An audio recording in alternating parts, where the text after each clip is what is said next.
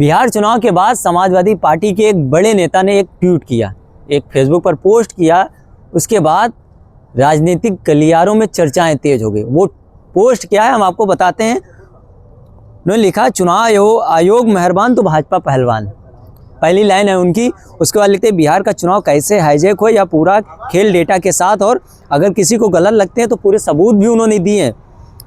शुरुआत उनकी होती है कि पहली लाइन लिखते हैं कि जून 2025 SIR शुरू होता बिहार में, कुल मतदाता होते 7,89,00,000।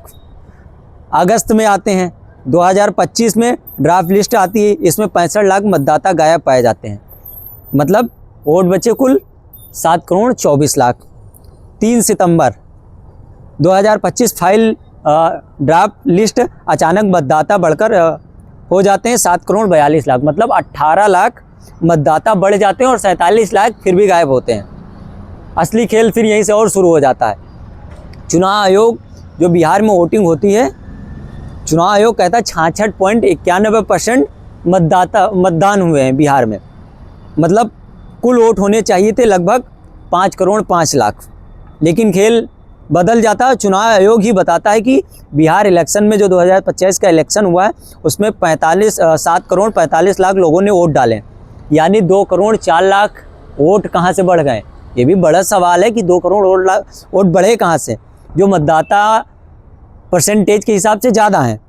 सबसे बड़ी हैरानी तब होती जब मतदाता कुल होते 7,42,00,000, लेकिन बिहार में 7,45,00,000 लोग वोट डालते हैं। सबसे बड़ा सवाल यही होता है, ये इसमें भी 3 लाख वोट बढ़ जाते हैं और लगभग 2,04,00,000 वोट ऐसे पड़े जो 66.91% वोटों में है ही नहीं। तो सवाल बनते कि भारतीय जनता पार्टी फिर आखिर में भारतीय जनता पार्टी या NDA गठबंधन और JDU इतनी सीटें इतने मार्जिन से जीता गए। वोटिंग के हिसाब से ये असंभव है। जब 7,42,00,000 मतदाता हैं, 7,45,00,000 लोग वोट डालते हैं, तो सवाल उठ जाते हैं कि इतना बढ़ा। सबसे बड़ी बात एक और है कि वोट परसेंटेज और वोट जीतने का मार्जिन आप देखते हैं, 35,000, 38,000, 70,000, 53,000, 56,000 ऐसे लोग जीते। और ये पोस्ट कोई और नहीं किया, समाजवादी पार्टी के जो सबसे पहले प्रभारी और प्रत्याशी बनाए गए चौधरी लोटन राम निषाद का ये पोस्ट है। वो इस तरीके से पोस्ट करते हैं कि 7,42,00,000 मतदाता हैं, तो 7,45,00,000 लोगों ने वोट कैसे डाला। पहली जब लिस्ट आती है तो 7,89,00,000 लोग वोटर होते हैं, 65 लाख काटे जाते हैं, 7,24,00,000 बचते हैं। दूसरी लिस्ट में 7,42,00,000 हो जाते हैं, 47 लाख गायब होते हैं।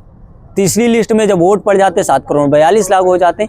जब इस तरीके से घपलेबाजी हुई और चुनाव आयोग मौन है, ये चुनाव आयोग ही कह रहा है, ये डेटा चुनाव आयोग का ही जो कह रहा है 7,45,00,000 लोगों ने वोट डाला और 7,42,00,000 मतदाता हैं, तो भैया सवाल उठाना लाजमी। और समाजवादी पार्टी के नेता चौधरी लोटन राम निषाद है, उन्होंने जो पोस्ट किया है तो उसमें कई सवाल, कई तथ्य और कई आंकड़े सामने रखे हैं। फिलहाल आप सभी का क्या मानना है? भारतीय जनता पार्टी और चुनाव आयोग ने मिलकर बिहार में जो खेल किया है या सच में है, जो चौधरी लोटन राम निषाद ने जो आंकड़े दिए हैं ये सच हैं या फिर झूठ है, या चुनाव आयोग ने निष्पक्ष चुनाव कराया? अगर निष्पक्ष चुनाव कराया तो इतने मतदाता बढ़े कैसे, इतने परसेंट वोट होने पर इतने लोगों ने वोट कैसे डाला, 3 लाख वोट कैसे बढ़े? तमाम सारे सवाल ऐसे जो विपक्ष के लोग उठा रहे हैं।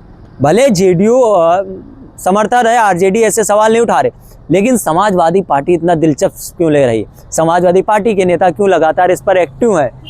चाहे वो कांग्रेस को टारगेट करना हो या फिर अब सरकार से सवाल पूछना हो, BJP सरकार से, चुनाव आयोग से सवाल पूछना हो, लगातार समाजवादी पार्टी लगातार चुनाव आयोग पर हावी है। जहाँ तक अखिलेश यादव ये कह देते हैं चुनाव आयोग मर गया, ये कई बार वो कह देते हैं, चुनाव आयोग पर लगातार सवाल उठाते हैं। और चुनाव आयोग पर सवाल उठाएंगे क्योंकि कमियां हुई हैं, तो सवाल उठाना लाजमी है, क्योंकि इससे पहले इस तरीके से कभी चुनाव नहीं हुआ है, इस तरीके से घपलेबाजी नहीं हुई, इस तरीके से घोटाले नहीं हुए। जितने परसेंट वोट पड़ने चाहिए थे उससे कई गुना ज़्यादा वोट पड़ते हैं और 2,40,00,000 मतदाता अलग से आकर वोट डाल देते हैं और चुनाव आयोग को पता ही नहीं होता, क्योंकि जिस तरीके से वीवीपैट पर्चियाँ मिले, ट्रक जाता है निकल जाता है, 6 साल का बच्चा वोट डाल देता है। लेकिन चुनाव आयोग एक बात कहता है, हम अपनी बहन बेटियों की फ़ोटो नहीं दिखा सकते। ये चुनाव आयोग कहता है खतरे के लिए। फिलहाल आप सभी को क्या लगता है, बिहार चुनाव में निष्पक्ष चुनाव हुआ है? जनता ने निष्पक्ष भारतीय जनता पार्टी और जेडीयू एनडीए गठबंधन को चुना है, आरजेडी को हराया। आप सभी को क्या लगता है, कमेंट बॉक्स में जरूर बताइएगा। मिलते हैं किसी अन्य वीडियो में अन्य मुद्दे के साथ, तब तक के लिए नमस्कार।